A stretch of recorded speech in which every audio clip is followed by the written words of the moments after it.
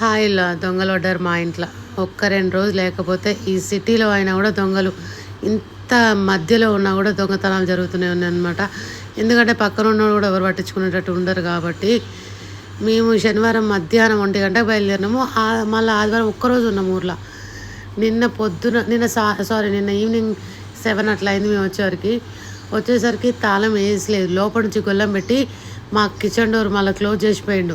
మళ్ళీ ఎవ్వరూ రాలేరు అన్నట్టుగా ఇంకా ఏది ముట్టుకోలేడు. ఓన్లీ బీరువా మాత్రం ముట్టుకొని బీరువాలు అన్నీ చెక్ చేసిండు. చిన్న కింద సేఫ్టీ ఉంటుంది కదండి, అది కూడా చెక్ చేసిండు.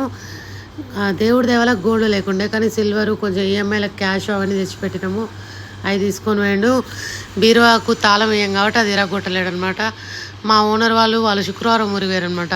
వాళ్ళ ఇంట్లో గోల్డ్ సిల్వర్ పోయింది, మా ఇంట్లో సిల్వరు క్యాష్ పోయింది. దేవుని దగ్గర మేము ముడుపు కట్టినాం గోల్డ్. దేవుని దగ్గర వాళ్ళ ఇంట్లో కానీ మా ఇంట్లో కానీ ముట్టుకోలేదన్నమాట.